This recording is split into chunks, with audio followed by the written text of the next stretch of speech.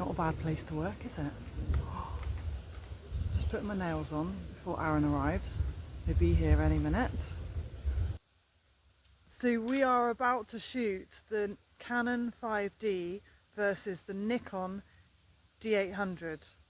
I'm just going to take a couple of shots of Aaron on each camera. 400th of a second, f1.4 800 ISO.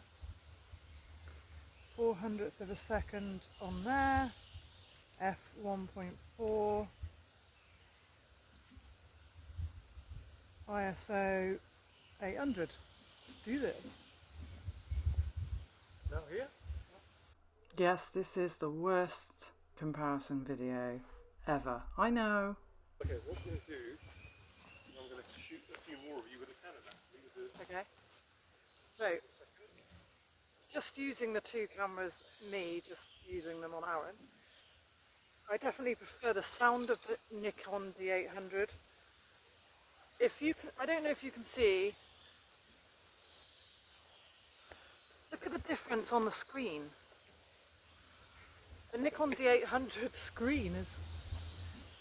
It's awful, isn't it, the Canon? I don't know. I think it's a fault with the screen. It's quite an old camera, obviously. It's very purpley, isn't it?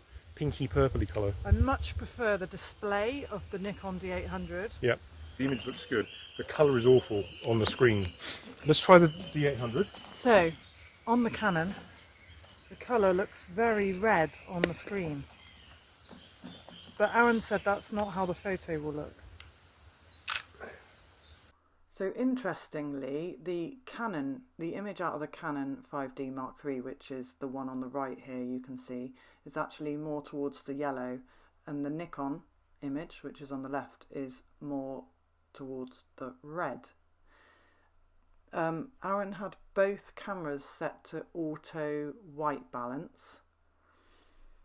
And of course, guys, you know, this is why I call this the worst comparison video ever. We were at the beginning of a shoot. This wasn't really our intention as such. We were right at the beginning of a shoot together, and we just thought we'd have a little go at doing some comparisons just for our own interest. It's by no means a full technical breakdown and fair trial really, because obviously we're outdoors, the weather can change, you know. Really, to do the direct comparison, you'd be in studio and you'd make sure every single setting is completely the same. In terms of the images that I took of Aaron, I know, look, I was in model mode. They're not really up to scratch, are they? I shot at f1.4. They're not even really, well, they are sharp, but in the wrong area. But, you know, it's just a bit of fun, guys. Let's not take this too seriously.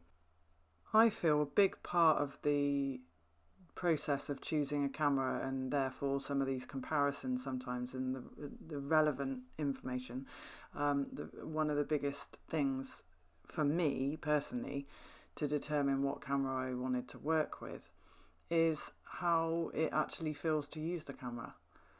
So, you know, all of these cameras give amazing results, but how do you feel when you pick the camera up? And I think that's a really big thing. If you feel like you're holding a solid camera that's not going to let you down. Jurassic Park quote is coming to mind. Is it heavy? Yeah. Well, then it's expensive. Put it down. You know. And I think for me, the Nikon, the feel of the Nikon in my hand, it just feels so solid. And I've picked up other cameras since. You know, not saying any names, but they've just felt like a toy. You know, they're just kind of small and light, and not. In some cases, it feels like the buttons are going to come off and things. And when I pick up my Nikon D5, which I am so grateful for, every time I use that camera, I absolutely love it to bits. When I pick that camera up, it just feels so solid in my hands. So whilst it is really important to have a close look at the images and compare images from different cameras, there's so much more to take into account. You know, obviously there's the lenses as well. Every camera's going to probably perform better in certain scenarios than others. So you can't really ever guess that stuff. You can't guess exactly how each camera is going to really perform for you in the scenarios that you're going into, because every photographer's experiences are different. So picking up a camera and feeling your way around it, and feeling the camera in your hand, and just looking through it, looking through the menus, seeing if all the options to change settings are where they feel comfortable for you is really important. Just get into a shop, get out and actually hold the camera in your hands, rather than just getting too bogged down in the image quality and comparisons in that way, because you will gel with a certain camera when it's in your hands. So if you are trying to decide between these two cameras, get out to a second-hand camera shop and just hold them.